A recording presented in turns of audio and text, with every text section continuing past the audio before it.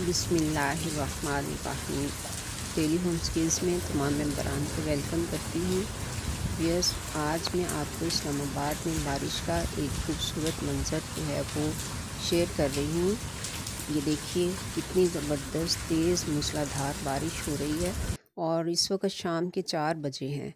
4 बजे का टाइम है, लेकिन आनन फानन ही यकायक ही बादल आए और मूसलाधार बारिश शुरू हो गई और एकदम से ही रात पड़ गई। ये देखिए शाम के 4 बजे हैं, लेकिन ऐसा लग रहा है कि जैसे रात का टाइम हो चुका है।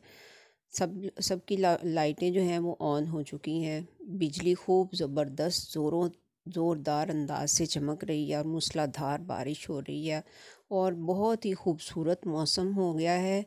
हर तरफ ठंडी ठंडी हवा चल रही है। मौसम सरमा की पहली बारिश आप इसको कह सकते हैं कि अब इस बारिश के बाद से मौसम सरमा का आगाज़ हो चुका है। बेहद खूबसूरती किसको अच्छी नहीं लगती, वो भी मौसम की खूबसूरती। तो ये मौसम की खूबसूरती तो हर बंदे को, सर्दी हो गर्मी हो, दीवाना ही बना देती है।